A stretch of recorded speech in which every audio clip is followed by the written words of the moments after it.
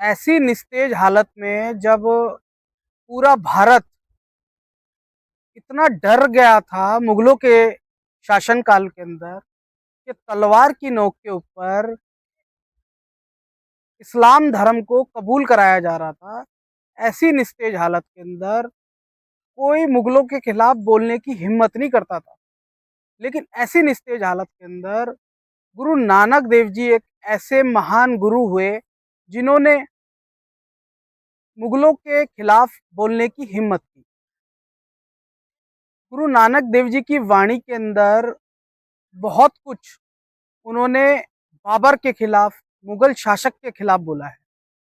जब बाबर ने एलनाबाद पर आक्रमण किया, इतनी लूटमार की, तब नानक देव जी को भगवान से शिकायत करनी पड़ी। गुरु नानक देव जी ने भगवान तक को भी उलाना दिया।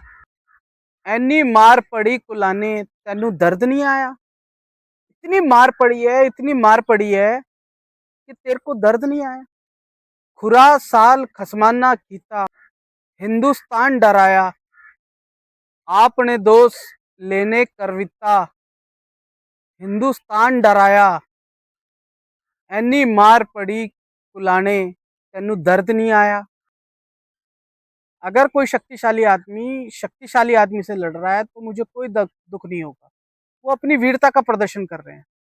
लेकिन अगर कोई शक्तिशाली आदमी किसी गरीब आदमी को केवल अपने लूटमार के लिए लड़ता है, केवल अपने स्वार्थ के लिए लड़ता है, तो मेरा हृदय कांप जाता है, मानवता कांप जाती है। एक आदमी इतनी बड़ी सेना लेकर आया है और इतनी बड़ी फौज लेकर आया है और वो निहत्थे आदमियों को मार रहा है और गरीब आदमियों को लूट रहा है, उनकी स्त्रियों को उठा उठा कर वहां काबुल में लेके जा रहे हैं और 2-2 रुपए में बेच रहे हैं। तय की दर्द नहीं आया? तू बैठा बैठा सिर्फ देख रहा है। तू दुनिया का मालिक है, तू दुनिया का करता है और सिर्फ तू देख रहा है। ये शब्द केवल गुरु नानक देव जी ही बोल सकते थे और कोई बोल ही नहीं सकता। और ऐसी हालत धर्म की हो रही थी, ऐसी निस्तेज हालत हो रखी थी भारत की राजनीतिक दृष्टिकोण से। और इसी प्रकार जो है धर्म की हालत हो रही थी और वो ये कह रहे थे कि केवल एक ही तरीका है मुगलों से बचने का, या तो मुसलमानों की गुलामी कर लो, इस्लाम कबूल कर लो, या फिर दूसरा ये है कि राजनीतिक दृष्टिकोण में कोई बात आप किसी से मत करो और केवल ढोलके बजाओ, चिमटे बजाओ और सारा दिन जो है भक्ति में लगे रहो।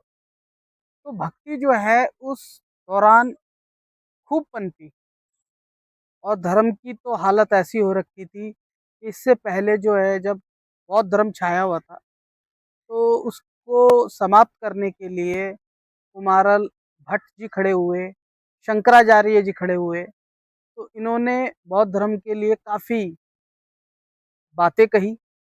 उसके बाद इन्होंने बौद्ध धर्म पर एक ऐसी चोट की और बौद्धों के ऊपर एक ऐसा आरोप लगाया कि बौद्धों ने धर्म का रास्ता लेकर इस देश को नुकसान पहुंचाया। उन्होंने ये कहा कि बौद्ध धर्म जो है वो देश के हित में नहीं है, क्योंकि बौद्ध धर्म के अगर चाइना की तरफ से किसी ने, क्योंकि बौद्ध धर्म जो है वो चाइना में फैल गया था ज़्यादातर, और उधर से किसी ने आक्रमण कर दिया तो बौद्ध धर्म जो है वो देश के हित में नहीं है। क्योंकि ये लोग तो स्वागत करेंगे बौद्ध धर्म वालों को, क्योंकि आप तो हमारे धर्म भाई हो। इस प्रकार जो कुमार भट्ट जी थे और शंकराचार्य जी ने बौद्ध धर्म का जो है बहुत बड़ा खंडन किया और बौद्ध धर्म के अंदर अपने भी कई विकार पैदा हो गए थे।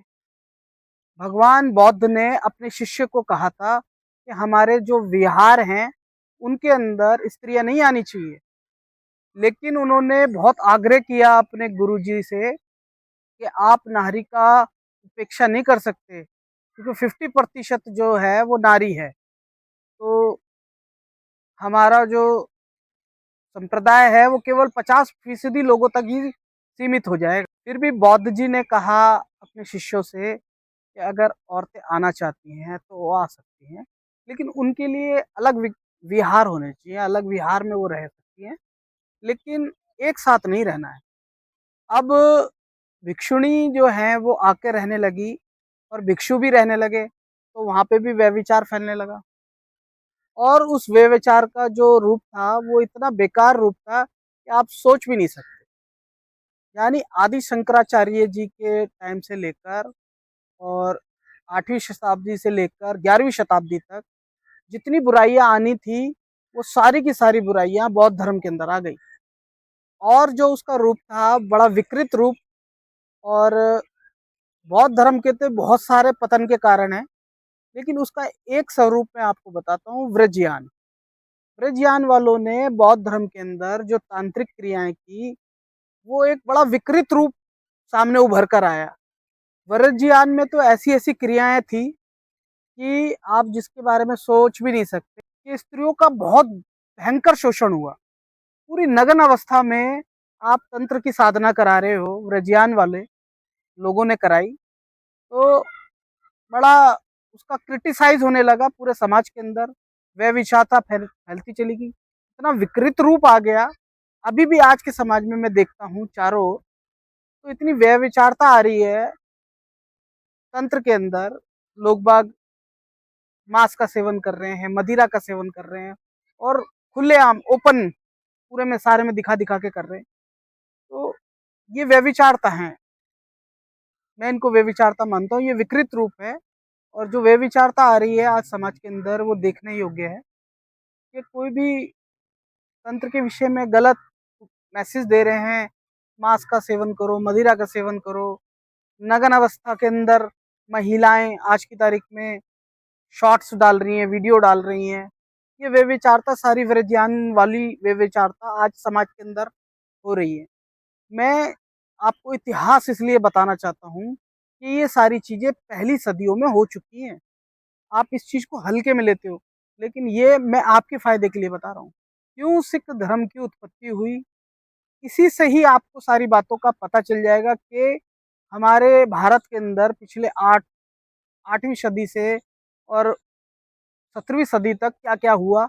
इससे ही आपको पता चल जाएगा। फ्यूचर का आपको कैलकुलेशन करना है तो पास्ट से ही आप फ्यूचर की कैलकुलेशन कर सकते हो।